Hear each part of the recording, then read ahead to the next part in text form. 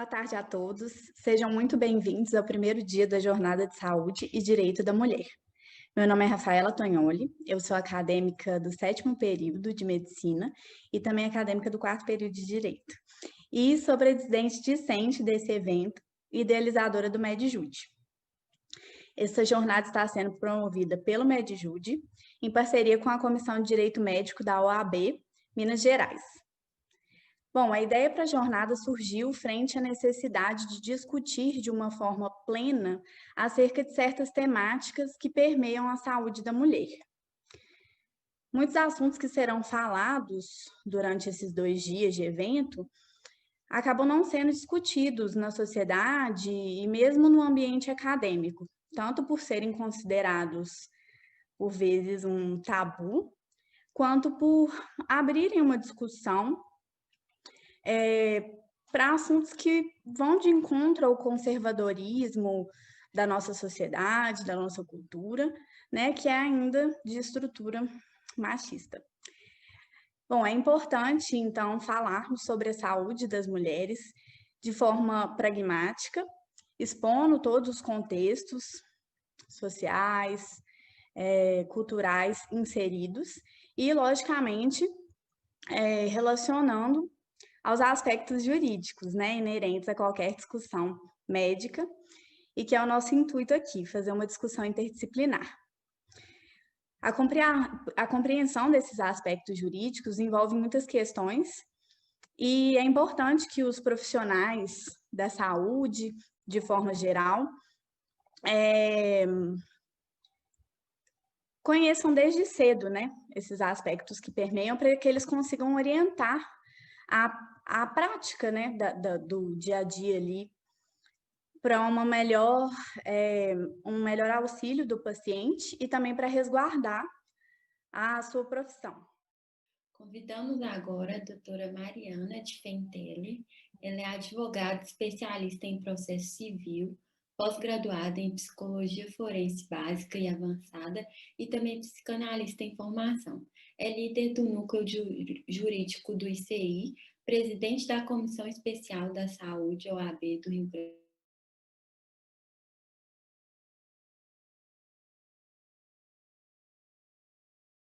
do Sul e também integrante do Centro de Estudos Luiz Guedes de Saúde Mental.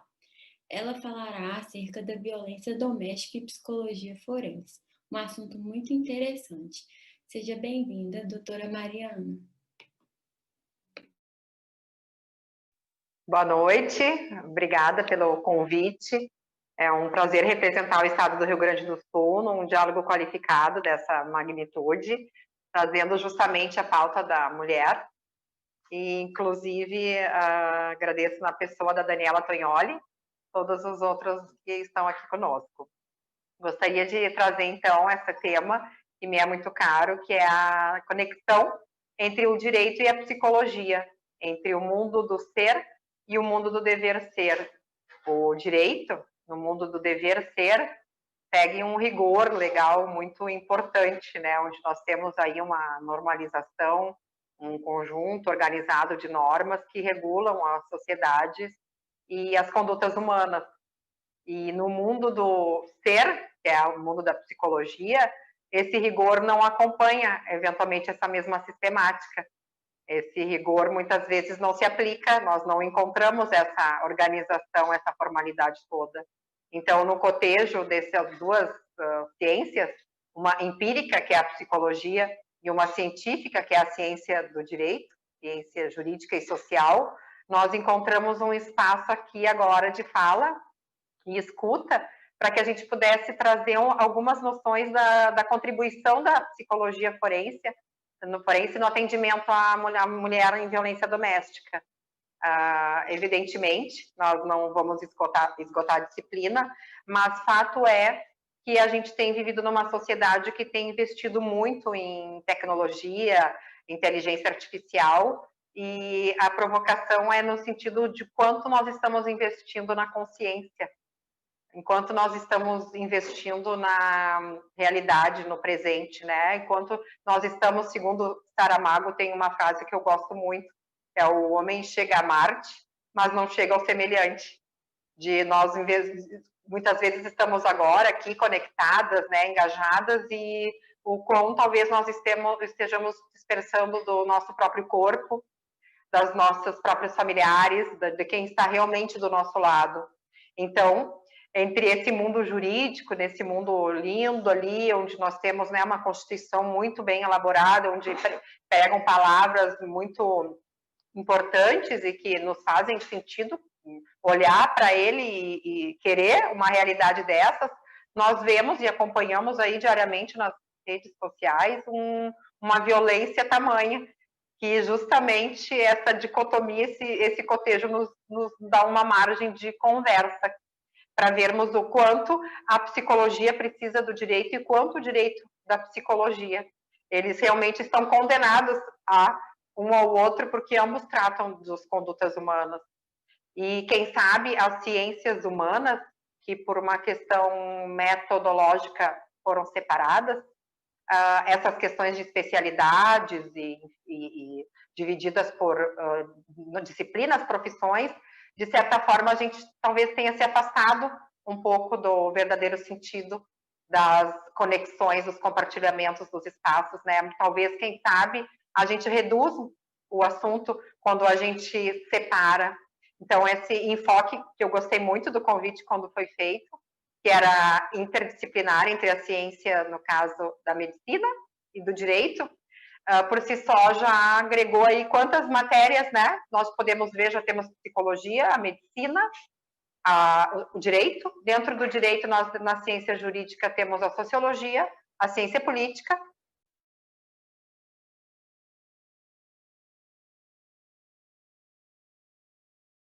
É uma outra abordagem que a psicologia contribui, porque quando nós vamos lá, existe no direito uma palavra que a gente usa muito, que é a chamada lide. Lide é um conflito entre as partes. E a lide processual que aparece, vamos pegar o caso de violência doméstica, que é o assunto em pauta, a lide processual muitas vezes é uma violência, vamos pegar uma lesão corporal, pode ser aí, são 5 danos, né, na violência doméstica, o patrimonial, o moral, o sexual, o físico e o psicológico, mas vamos pegar um dano, uma lesão corporal. Essa lide, juridicamente falando, analisando sob vista do comportamento, ela tem, segundo o Código Penal, um resultado, é tipificada, ela é rotulada e gera tal consequência dentro daquele ordenamento, considerando aí a Lei Maria da Penha, que tem algumas possibilidades de alguns enfoques restaurativos, eventualmente, mas vamos pegar a lide jurídica. Vocês acreditam que ela esgota o tema ou existe no entorno dela uma lide, um conflito social? Uma relação de subjugamento da mulher, uma relação hierárquica, uma relação de renda, uma relação de política? Evidentemente, não, a lide jurídica é uma ponta de um iceberg, ela não é todo o conflito. Logo, o direito, assim como ele não causou uma lesão corporal, dificilmente ele vai solucionar uma lesão corporal. Ele pode trazer uma resposta nessa sistemática tradicional de sistema jurídico, que é bem antiga.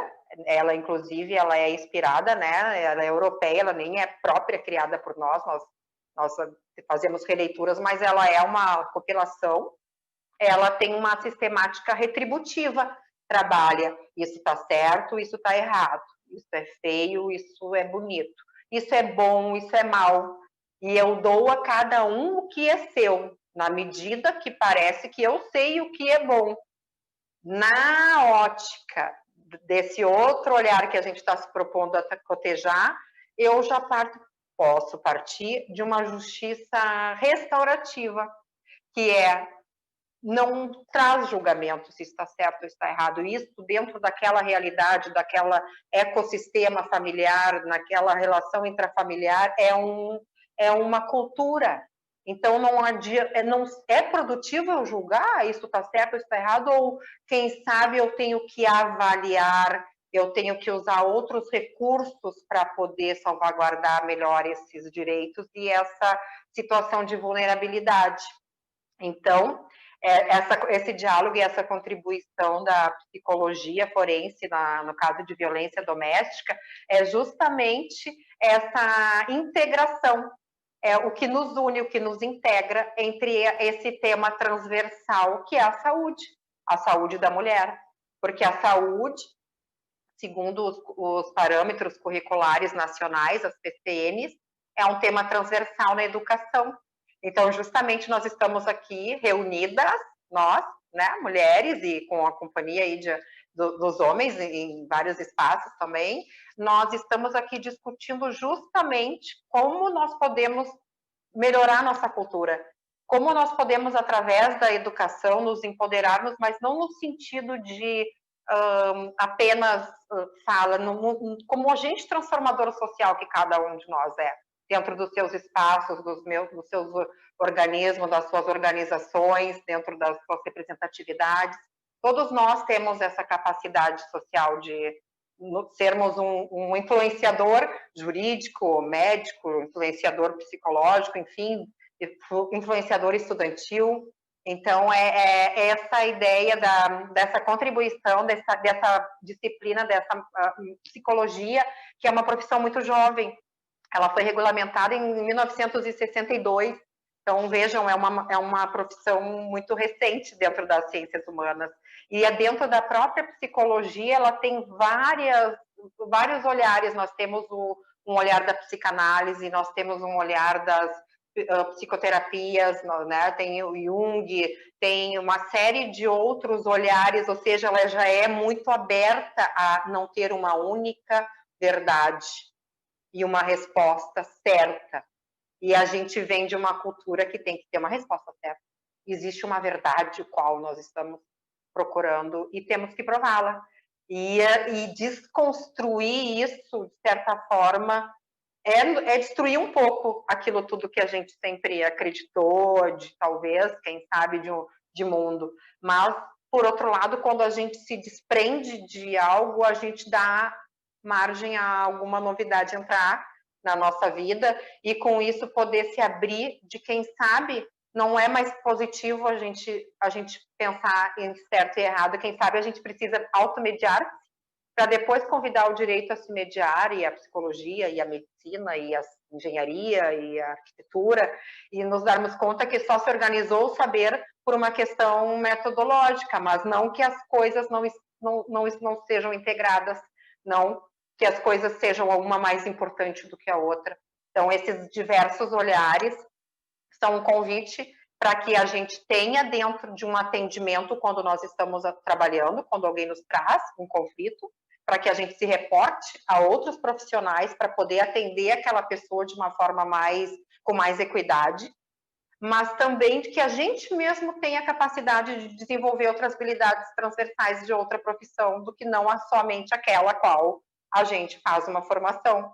Então, é desafiador, claro, é disruptivo também, mas, ao mesmo tempo, também fiquei com vontade de trazer essa questão que a gente vê, tanto que nem falou agora, a telemedicina, e essas ferramentas, e nós aqui no Zoom, e slide, e tanta tecnologia, e muito legal, mas o quanto estamos investindo na consciência, enquanto nós estamos investindo na humanidade, nós temos só que cuidar e ter o equilíbrio de não afastarmos essas questões de humanidades das matérias e a técnica não é maior do que a causa, né?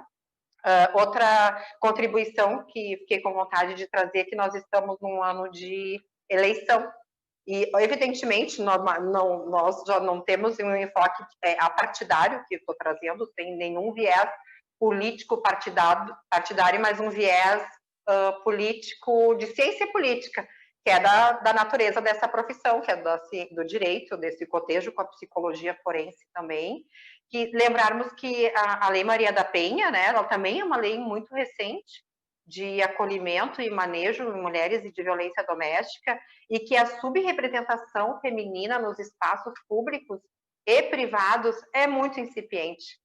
Ela é muito sutil diante da quantidade de representatividade de mulheres que nós temos, né, no mundo. Então, a lei que número 9.504 de 97, que positivou a inclusão das mulheres nos processos eletivos, que foi ratificada pela Lei 13.165 de 2015, ela justamente colocou agora a mulher não digo que é uma cota, mas num percentual mínimo de representatividade na política. Então, é muito importante, já que nós estamos em ano de eleição, e que nós estamos aqui reunidas discutindo o atendimento à mulher, a saúde da mulher, nós olharmos para essas eleições com essa representatividade. Por que só 40% dos filiados a partidos políticos são mulheres? Mais de 40% dos filiados de partidos políticos são mulheres, e que são realmente eleitos não tem uma representatividade de 11% a 13%. Então, porque a mulher não gosta de política? São perguntas que a gente deixa, né? No Cargos, por exemplo, Cargos trouxe aqui um estudo que ele é de 2014, mas é uma referência que eu tinha porque os dados recentes não tinha apontado. Nas eleições dos 26 estados, apenas em um foi uma mulher eleita. Em 1997, nós tivemos uma representatividade de gênero de 7% a 12%. A presidência da República, a gente teve 2 mandatos de mulher. No Poder Judiciário, a mesma coisa, a gente tem tribunais com 0 representatividade e temos outros de, no máximo, 27% de representatividade. Então, é o sintoma de que nós temos que ocupar os espaços, nós precisamos dar voz às mulheres, e que, justamente aqui, através da OAB, né, federal e de Minas Gerais, do JudiMed, estão oportunizando e dando voz, através da educação, às mulheres, mas que nós trouxe uma sugestão, que depois a gente vai ver se teria adesão, mas existe aí o Observatório de Gênero e Equidade do Tribunal Superior Eleitoral, e se for representativa, quem sabe, desse encontro, nós possamos solicitar por algum ofício que nós integremos esse Observatório de Equidade de Gênero do TSE. Temos que ver qual estado nós vamos fazer a solicitação, e para que a gente possa continuar unidas na causa da mulher, porque esse Observatório de Gênero e Equidade tem esse viés, eles são pesquisas, são estudos nessa área, e a gente pode fazer também desse encontro um marco num sentido político, mas não sentido político apartidário, no sentido político de dar voz às mulheres. Então, por que as mulheres talvez não estejam ocupando esses espaços? Porque ocupar esses espaços é arriscado. Como diz Guimarães Rosa, viver é muito arriscado, porque gerenciar o nosso tempo é muito difícil. Nós temos uma carga psíquica de trabalho, de abastecimento de casa, de criação de filhos, que ela muitas vezes não aparece, mas elas estão aí. Então, essa subjugação, essa violência doméstica. Ontem saiu uma notícia aqui que o Rio Grande do Sul é o 4º estado em maior número de violência doméstica. É sintoma de alguma coisa. É sintoma. Então, o processo é sintoma também. E sintoma do quê? De uma política social, de uma política pública, de uma política privada. Então, o Brasil ocupa o 5º lugar do ranking mundial que mais matam mulheres. O tráfico humano, considerado como uma nova forma de escravidão, movimenta 32 bilhões de ano, movimenta cerca de 30 bilhões por ano, fazendo 2,5 milhões de vítimas, as quais 98% são mulheres. A violência doméstica, a cada 1, 2, 3, 4, 5, 6, 7, 8, 9, 10, 11, 12 segundos, uma mulher sofre violência doméstica no Brasil. O analfabetismo no planeta há um total de 774 milhões de analfabetos. 65% deles são mulheres.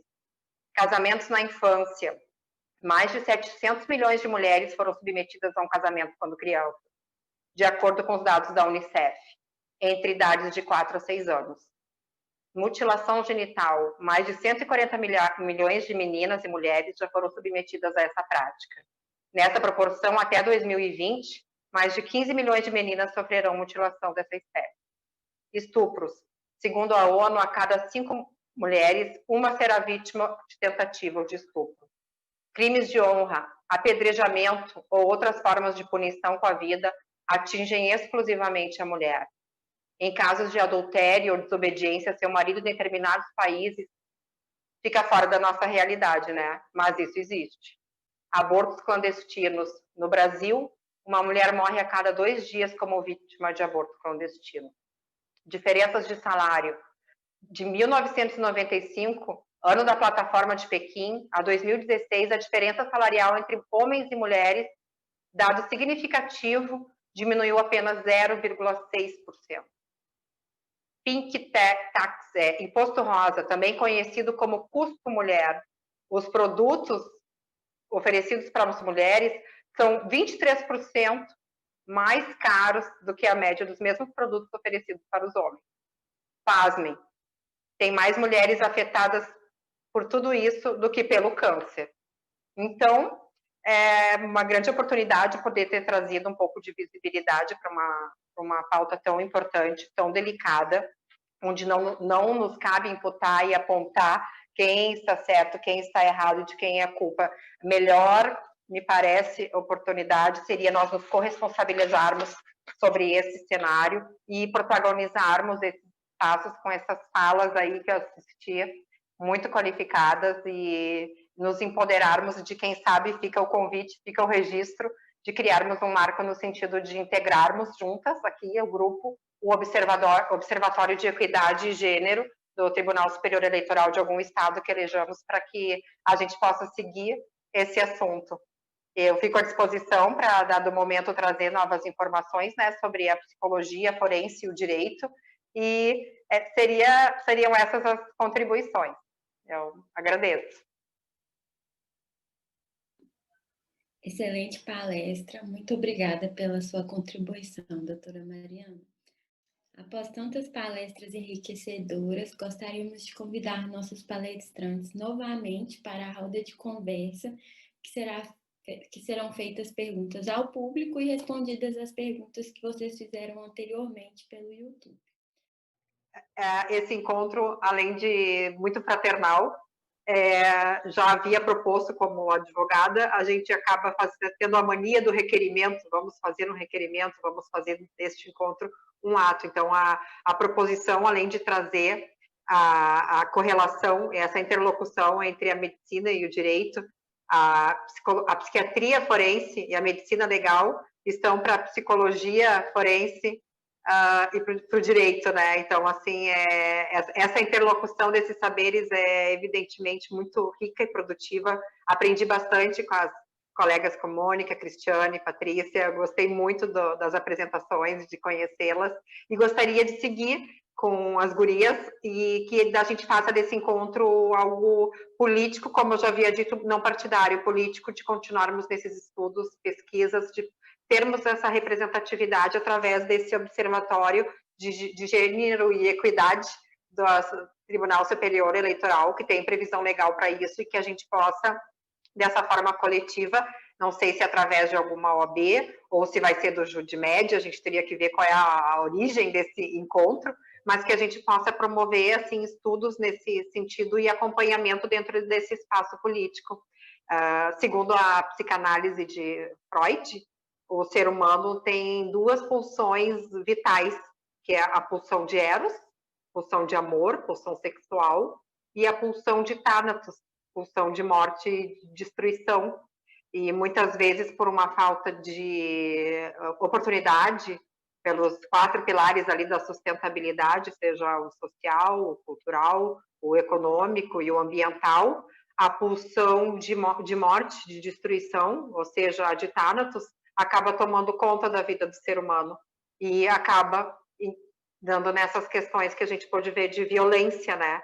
E cada vez mais acredito que através da pulsão, uma outra que Freud fala, que é a epistemofílica, que é a pulsão de conhecimento, de estudo, de cultura, nós possamos desviar ou romper essa pulsão de destruição e, através da educação e da cultura, nos mantermos sãos e sadios para que desenvolvamos, né?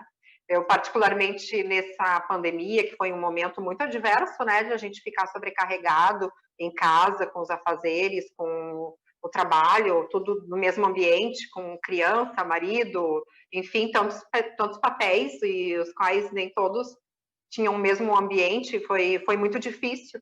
E eu pude perceber que, através de me manter estudando e focada, me fez muito bem. Fiquei bem de saúde, porque fiquei com a pulsão já que aprendi de Freud, de epistemofílica, de conhecimento e de cultura.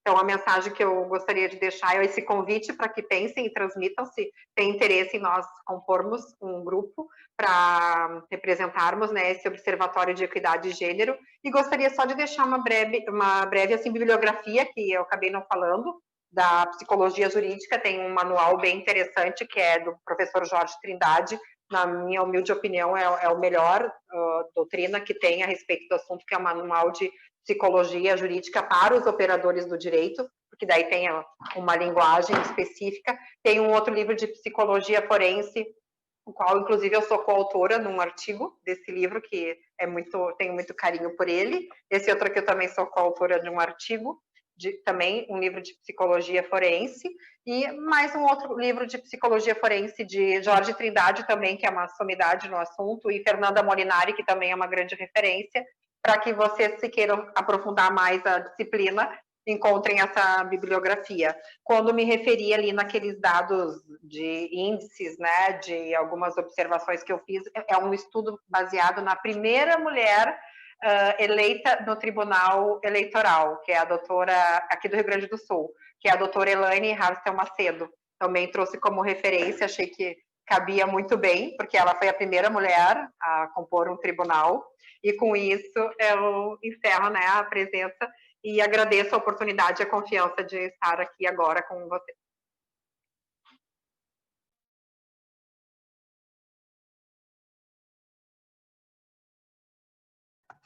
Muito obrigada, Mariana, pela sua colocação. Aguardo todos vocês, agradeço mais uma vez, a gente se encontra amanhã. Um beijo para todos.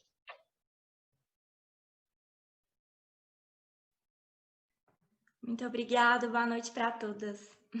Obrigada. Boa noite, muito obrigada, gente. Até mais. Foi um prazer. Muito obrigado, foi um prazer conhecer e ouvir, foi muito bom, um grande aprendizado. Muito obrigada. Muito obrigada, me disponho, estou aqui à disposição quando precisarem. Vou assistir sua palestra, viu, doutora Daniela, amanhã. Então, boa noite, muito obrigada. Boa noite. Boa noite, saúde. Saúde para todos. Olá, boa noite novamente. Eu gostaria de agradecer a todos que compareceram ao primeiro dia da Jornada de Saúde e Direito da Mulher. Nós estamos muito felizes com os resultados obtidos. Mais uma vez, muito obrigada a todos os ouvintes de hoje. Obrigada pela atenção, obrigada pela paciência, pela compreensão, e nos vemos amanhã.